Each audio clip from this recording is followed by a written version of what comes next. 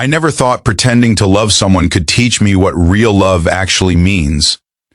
When Mark Bennett, my boss, a man known for his impossible standards and perfectly pressed suits, offered me $5,000 to be his fake fiancée for a weekend business retreat, I said yes without hesitation.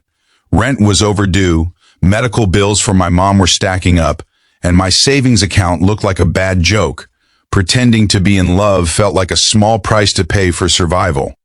If you believe true kindness always finds its way back, please tap the like button now and subscribe to support more stories like this.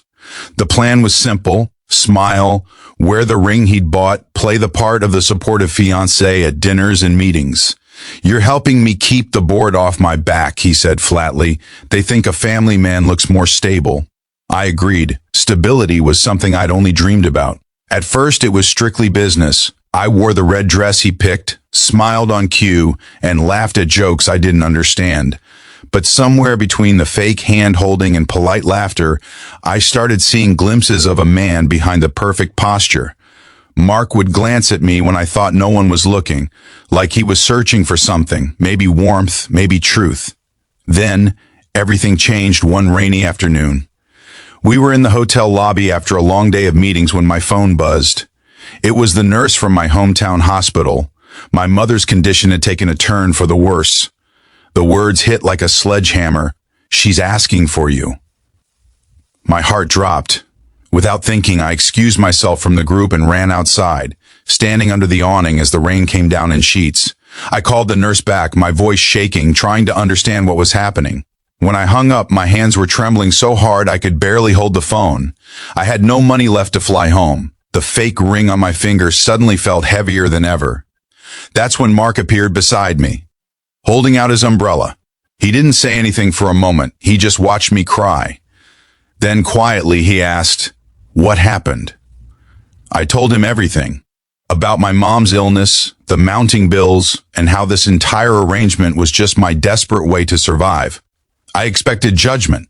Instead, I saw something in his eyes I'd never seen before: compassion. Without hesitation, he said, "Pack your things. We're leaving tonight." I thought he meant we'd end the act early. But 2 hours later, I was sitting beside him on a flight to North Carolina, his private jet slicing through the storm. I tried to protest, saying I couldn't afford the ticket, but he just shook his head. "Emily," he said softly, "some things aren't about money." When we reached the hospital, he didn't just drop me off, he stayed. He sat in that cold waiting room with me all night, suit jacket folded over a chair, eyes red from exhaustion. When the doctors said my mom was stable, I saw relief flood his face like it was his own mother in that bed. Over the next few days, he quietly paid for her treatments, never mentioning it, never expecting anything back. I only found out when the billing office said everything was taken care of.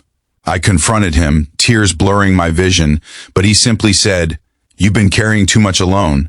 Let someone help you for once." In those moments, the lines between real and pretend dissolved completely. His act of kindness wasn't scripted. It came from the deepest place of sincerity. I saw the man he'd hidden behind the walls of business suits and boardroom politics, someone capable of extraordinary empathy. A week later, when my mom finally opened her eyes and smiled at me, she whispered, "That man, he's special." I nodded, knowing she was right.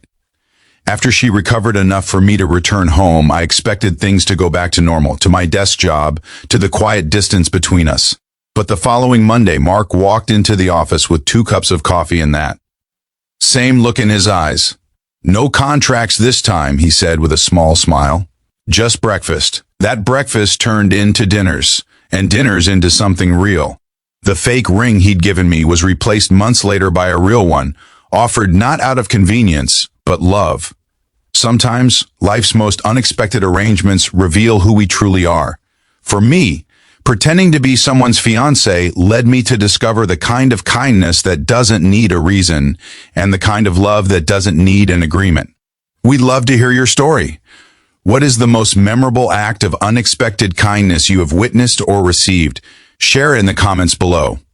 If this story touched your heart, please like, subscribe, and share it to remind the world that kindness can turn even the most unlikely moments into miracles.